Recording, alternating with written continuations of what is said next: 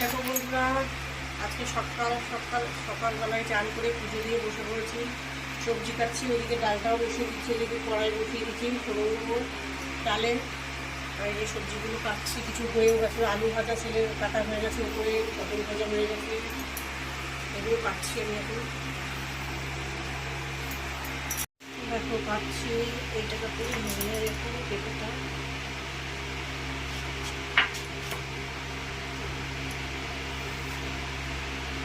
আর ওইদিকে ধরো ডালটা আমার হয়ে গেছে, ফোড়ন দিলে হয়ে যায়। আলু ভাজবো ছেলের জন্য, পটল ভাজবো আমাদের জন্য।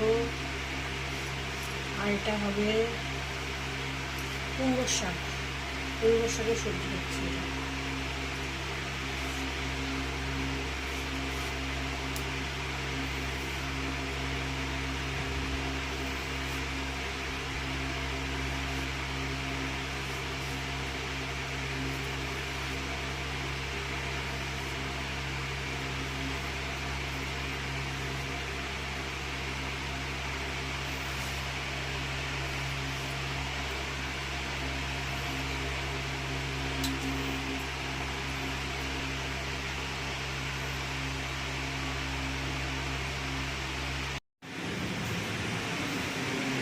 দেখো বন্ধুরা, ডালটা হয়ে গেছে।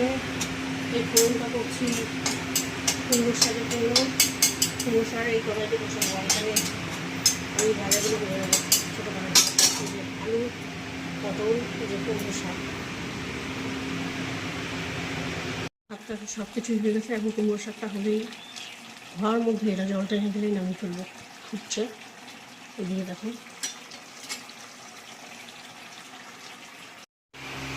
দেখো রান্না হয়ে গেছে কমপ্লিট।